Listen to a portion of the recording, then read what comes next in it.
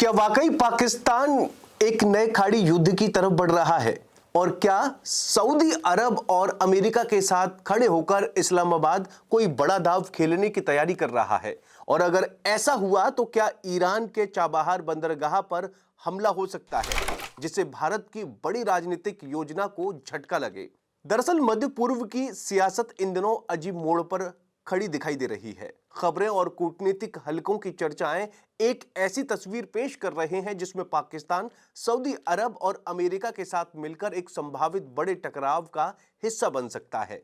अगर यह मंजर हकीकत बनता है तो इससे कई लोग तीसरे खाड़ी युद्ध की शुरुआत भी मान सकते हैं। दरअसल पिछले कुछ दिनों में ईरान और सऊदी अरब के बीच तनाव लगातार बढ़ता दिखाई दे रहा है। ईरान की तरफ से सऊदी अरब के भीतर कई हमलों की खबरें सामने आई हैं। तेहरान का कहना है कि वो सऊदी अरब में मौजूद अमेरिकी सैन्य ढांचे को निशाना बनाना है, लेकिन जमीनी हालात कुछ और कहानी बयान करते नजर आ रहे हैं। सऊदी अरब की सुरक्षा और उसके रणनीतिक ठिकाने लगातार खतरे में बताए जा रहे हैं। यहीं से पाकिस्तान की भूमिका चर्चा में आने लगी है। दरअसल पाकिस्तान और सऊदी अरब के बीच सालों पुराना एक रक्षा समझौता मौजूद है। इस समझौते के मुताबिक अगर सऊदी अरब की सुरक्षा को गंभीर खतरा पैदा होता है तो पाकिस्तान उसकी मदद के लिए आगे आ सकता है। हाल ही में पाकिस्तान के विदेश मंत्री इशाक डार ने भी ईरान को इसी डिफेंस पैक्ट की याद दिलाई थी। यह बयान अपने आप में काफी मायने रखता है और कई सवाल भी खड़े करता है।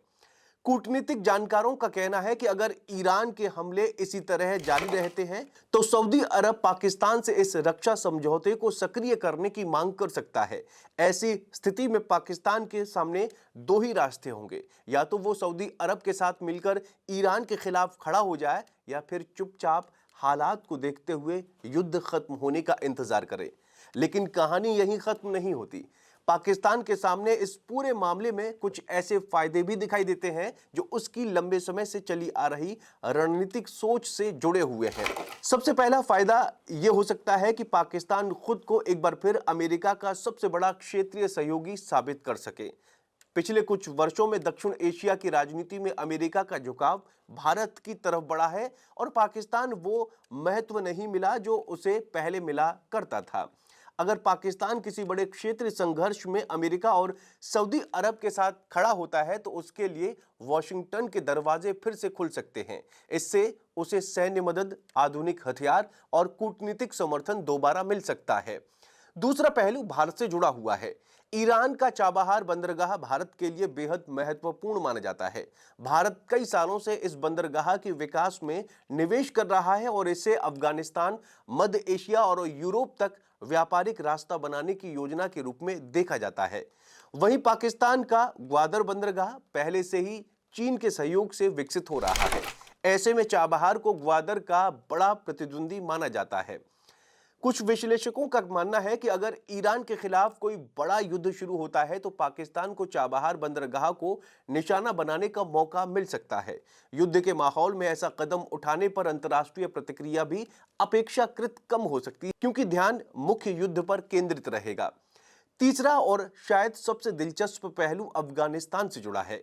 अमेरिका के अफगानिस्तान से निकलने के बाद तालिबान की सत्ता स्थापित हो चुकी है, लेकिन पाकिस्तान और अमेरिका दोनों ही इस स्थिति से पूरी तरह संतुष्ट नहीं माने जाते। कुछ विशेषज्ञों का मानना है कि अगर पाकिस्तान अमेरिका के साथ किसी बड़े क्षेत्रीय युद्ध में सहयोग करता है तो बदले में वो अफगानिस्तान में नई रणनीति बनाने की कोशिश कर सकता है।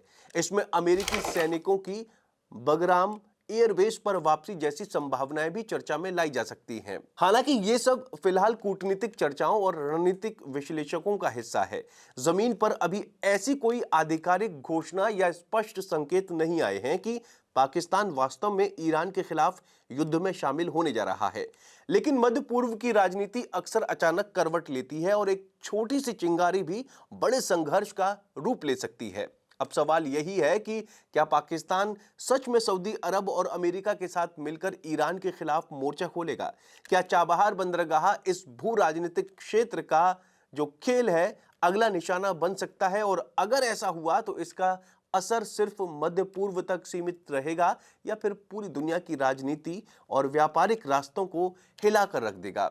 आने वाले दिन शायद इस सवाल के जवाब लेकर आएंगे, लेकिन फिलहाल इस पूरे घटनाक्रम ने क्षेत्रीय सियासत में एक नया सस्पेंस जरूर पैदा कर दिया है। आपका इस बारे में क्या कहना है, कमेंट करके जरूर बताएं और चैनल को जरूर सब्सक्राइब करें।